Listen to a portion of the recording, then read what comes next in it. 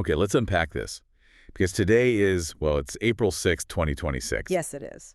And for anyone who follows American history or, just loves a good road trip, that date means something massive. We are officially in the centennial year of Route 66. The Mother Road, Yeah, 100 years old. right. 100 years. And this isn't just some, minor historical footnote. The entire 8-state route has basically been transformed into a massive, year-round cross-country festival. It really has. But, and this is why we're doing this deep dive today, the sheer amount of stuff happening is totally overwhelming. We've got a giant stack of sources, but we are primarily focusing on the 2026 Route 66 Centennial Travel Guide. It's the essential blueprint for this year. Exactly. Our mission today is to rescue you, the listener, from total information overload. We want to hand you a master blueprint so you can actually pull off the ultimate centennial road trip. Because honestly, if you just imagine jumping in your car and hitting the open road this year without a plan, you are in for a rough wake-up call. Yeah, you really are. What's fascinating here is that Route 66 in 2026 isn't just a nostalgic highway anymore. I mean, it hasn't been just a road for a long time, but right now, it is a living, breathing, 8-state event space. Right. And because it's the centennial, we are seeing incredibly high travel demand. Unprecedented, really. Millions of people are all trying to occupy the same physical space at the exact same time. Which means serious strategy is required. You can't just put the key in the ignition and go. No, absolutely not. To actually plan a trip that doesn't end in total frustration, you first need to know when these celebrations are actually happening. You have to maximize the experience, and that leads us straight to mapping out the centennial calendar. The calendar, which, the guide puts a huge thematic focus on navigating all these year-round events to figure out the absolute best time to hit the road. Right, because timing your drive is everything. So let's look at the spring kickoff, which is April and May. And I really want to emphasize the urgency here because the centralized Centennial Kickoff Week, which runs across all 8 states from April 29th to May 3rd, that is literally just weeks away. It's right around the corner. It is, and the guide highlights these dual events happening on April 30th. It's wild. At 5:00 p.m., you have the Great Route 66 Centennial Convergence at the Santa Monica Pier in California. Yep.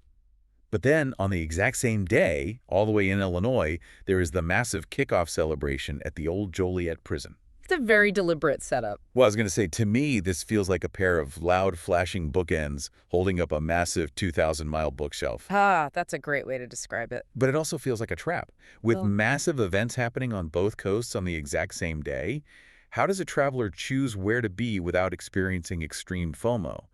The fear of missing out has to be off the charts. Well, the guide is pretty clear on this. Your choice of event dictates the entire direction and tone of your trip. Okay, how so? So, if you choose Joliet, you're signing up for the classic traditional westbound journey. You're following the historical migration pattern. But if you start at Santa Monica, you're likely doing the route in reverse, heading east. And beyond just the events, the guide layers in this crucial weather strategy. Oh, right, the weather. You're driving through, 4 different climate zones? Exactly. The absolute best times to travel are May, September, and October. Just those 3 months. Primarily, yes, Okay. because you have to balance mild weather with active attractions. The guide actively advises you, strongly advises you, to avoid the midsummer extreme desert heat. Which makes sense. July in the Mojave Desert is, 110 degrees? Easily. And if you're in a Class up, unair-conditioned car, it's downright dangerous. Vapor lock, overheating, it's a nightmare. Yeah, that does not sound like a fun vacation. No. And on the flip side, they warn against winter travel because of snow closures. People forget that parts of Arizona and New Mexico are at high elevations. Flagstaff gets a ton of snow. Right. So May, September, and October are the sweet spots. Yeah. Exactly. Which is great, but let's say you miss that spring kickoff. The summer peak in June and July still has some massive draws, even with the heat, right? Oh, for the diehard gearheads, absolutely. June 8th through 12th is the Hot Rod Power Tour, going from Illinois to Oklahoma. Wow. And then late June brings the Great Race, rallying about 130 vintage cars all the way from Illinois to California. So if you love classic cars and don't mind sweating, summer is your jam. But for the rest of us, autumn looks incredible. September 25th to 27th is the International Route 66 Mother Road Festival in Springfield, Illinois. A fantastic event. And October features the Kingman Route 66 Fest in Arizona, plus my absolute favorite concept, Cycle 66 in Oklahoma. Yes, Cycle 66. It perfectly combines live music and cycling the Mother Road. It just sounds so cool. It really does. So once you have locked in when to go, Okay. ideally avoiding the desert sun in July, the next logical step the guide lays out is figuring out what exactly you're going to see Right. over, say, a 2-week span. 2 weeks. Okay, let's trace this classic westbound journey. We're going from Chicago to LA, and we're looking for the bizarre, the iconic, all the historic stops. The guide recommends roughly 2 weeks to really do it right. Yeah, 2 weeks gives you the buffer you need. You can't just blast down an interstate. You're on local roads. So you start in the Midwest. Navy Pier in Illinois is the new official starting point. Mm-hmm.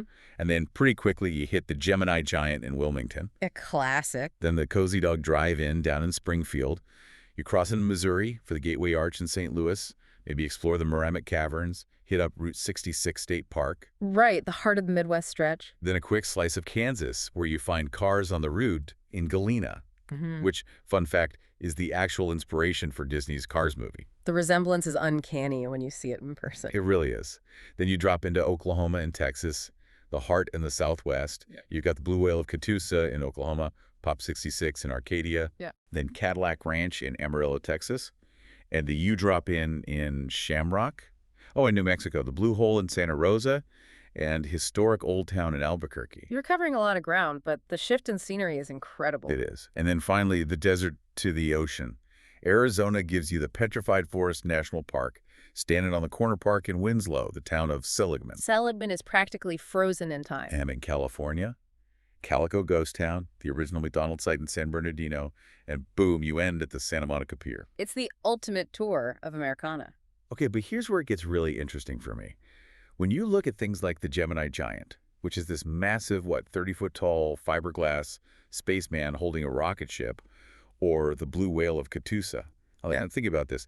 These are basically the 1950s equivalent of internet clickbait. Oh, wow. I love that analogy. I mean, think about it. They are massive physical pop-ups designed solely to disrupt your attention and make you pull your car over. It's like, you won't believe what's behind this giant spaceman. Ha! Physical clickbait. That is remarkably accurate. And if we connect this to the bigger picture, it really highlights something important.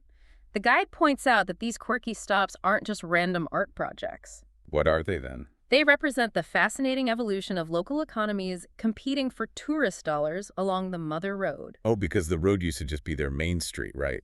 Exactly. When a new stretch of highway opened, you suddenly had a river of cars passing by. But every town had that same river.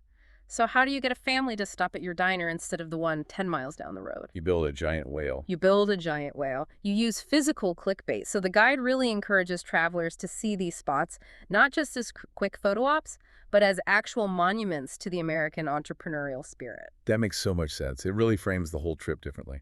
It does. It brings the history to life. But, okay, seeing all these incredible sights, pulling over for giant fiberglass statues, it sounds like a dream. It is a dream trip. But because it's the 100th anniversary, millions of other people have the exact same dream this year. Yes, that is the reality of 2026. So if you don't use modern tactics for this vintage trip, you're literally going to be sleeping in your car.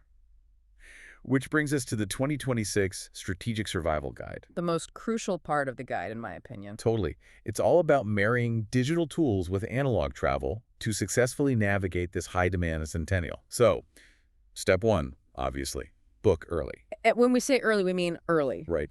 The guide talks about classic, highly sought-after lodging, things like the Blue Swallow Motel in New Mexico with its famous neon signs, or the Wigwam motels where you literally sleep in a concrete teepee. They are saying these places will reach full capacity months in advance. Easily. Imagine driving 500 miles, you're totally exhausted, you pull up to the iconic neon glow of the Wigwam Motel, and there's just a no vacancy sign flashing at you. It's a heartbreaking scenario, but it's going to happen to a lot of unprepared people. Trying to book these vintage motels in 2026 is like, it's like trying to get front row tickets to a reunion tour of the biggest rock band on earth. Yep. You cannot just show up. You really can't, and that's why the guide emphasizes digital tools. Travelers must utilize things like the Visit California Route 66 digital passport. Yeah, and the Route 66 Centennial official site. Exactly, for real-time event updates. And for a guided experience, they highly recommend the Over the Planet guided audio road trip app. It provides deep historical context while you're actually driving. Okay, but this is where I have a bit of an issue. Oh. Yeah, like The whole point of Route 66 is to escape, Right. to go analog. Doesn't staring at a digital passport or listening to an app fundamentally ruin the whole 1920s vintage road trip vibe? Well, this raises an important question. How do we balance the desire for a nostalgic, spontaneous road trip with the absolute necessity of using 2026 digital passports and audio apps? Right, because they seem totally opposed to each other. On the surface, they do. But the guide concludes, and I agree with this, that modern tech is actually the key to unlocking a stress-free historical experience. Right. How so? Think about it. Without the app telling you about a real-time traffic jam at a Centennial parade, you get stuck for 3 hours. The romance dies pretty quickly in gridlock. Fair point. And without booking ahead digitally, you don't get to sleep in the Wigwam Motel. You end up in a generic, modern chain hotel off the interstate. So the tech actually guarantees the analog moments. Exactly. The apps and passports handle the 2026 logistics, so your mind is free to soak in the 1926 nostalgia. Okay, I actually really like that. It's like having a backstage pass to the history. Precisely. And the Over the Planet audio app, it's GPS triggered. So you're looking at a seemingly empty stretch of desert, and the app tells you the story of the Dust Bowl migrants who camped right there on that exact patch of dirt. It layers the history over the landscape. That is seriously cool. Yeah. Okay, wow. We've covered so much ground here. Let's do a rapid-fire summary for everyone listening so we can lock this all in. Sounds good. All right, so if you are planning this trip, here is your master blueprint. First, lock in your dates. Aim for May or the autumn months to beat the heat, and pay attention to those dual kickoff events on April 30th. Crucial first step. Second, decide your vibe. Do you want to brave the summer to see 130 vintage cars rallying, or do you want to cycle across Oklahoma in the fall? Tailor it to your interests. Third, map out your clickbait roadside stops. Trace that classic westbound journey from Chicago all the way to LA. Embrace the giant fiberglass spaceman. Always. And finally, for the love of neon, book your motel rooms today. Use the digital tools, get the audio guide, and prepare. So what does this all mean? It means preparation is the ultimate co-pilot. Beautifully summarized. And I just remind anyone listening that a centennial is so much more than a party. It really is a chance to actively participate in living history. Yeah. By driving Route 66, you are driving the very arteries that connected a continent. It's an experience you can't get anywhere else. Absolutely. And, talking about all this history, it leaves me with a thought. Yeah. As we celebrate 100 years of Route 66, a road that fundamentally changed how we physically connected with the landscape through the automobile, Yeah. it makes you wonder. Wonder what? Well, with the rise of fully autonomous cars or even, aerial commuting being tested right now, how will we experience a cross-country road trip 100 years from now? Oh, wow. That is quite the question. Right. If the car's driving itself or we're flying over the landscape, will there ever be another Mother Road? It's definitely something to chew on while you're cruising down the highway this year. Thank you so much for joining us on this deep dive into the 2026 Centennial. Drive safe, plan ahead, and we will see you next time.